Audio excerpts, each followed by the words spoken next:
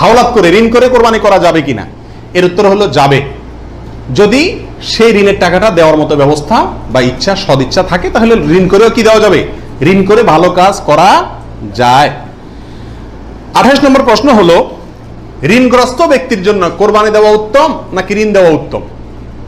উত্তর হলো ঋণ দেওয়া উত্তম, কারণ কোরবানির চাইতে তার জন্য ঋণের গুরুত্ব বেশি। সে যদি ঋণগ্রস্ত হয়, তার জন্য কোরবানি ইসলামী শরীয়তে তার জন্য কোরবানি না, তার জন্য ঋণ দেওয়া জরুরি।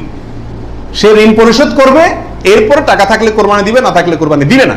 কিন্তু আমাদের আজকাল অবস্থা হলো, ঋণ থাকলেও আমরা কোরবানি দিই, কারণ না দিলে মুখ রক্ষা হয় না, ছেলে মেয়ে কার দিকে চেয়ে থাকবে, গোশত করতে কে খাবে। অতএব এগুলা কোরবানি না, এগুলা নিছক গোশত খাওয়া এবং ফুর্তি।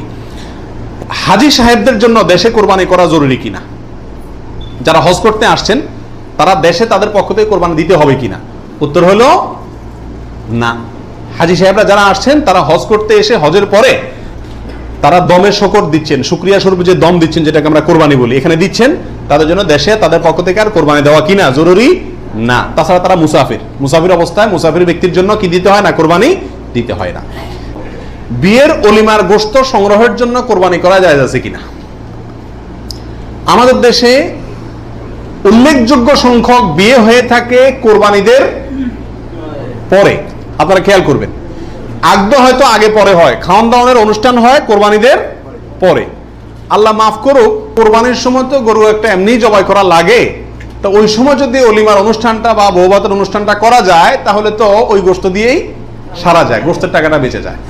যদি কারোর এরকম উদ্দেশ্য থাকে, তাহলে সেক্ষেত্রে তার কোরবানি হবে না। আর যদি কেউ মনে করে যে না, ঈদের পরে সবাইকে পাইতে সুবিধা হয়, সেজন্য ওই টাইমটাতে করতেছি, অথবা আপনার কোরবানি করলাম, অলিমার জন্য আলাদা গরু জবাই করলাম, অথবা আপনার কোরবানির গোশত অলিমার জন্য করি না, আমি অলিমা করলেও একটা গরু দেই, অন্য বছর না থাকলেও একটা গরু আল্লাহর জন্য দেই, এরকম যদি কেউ থাকে, তাহলে তার জন্য জায়েজ আছে।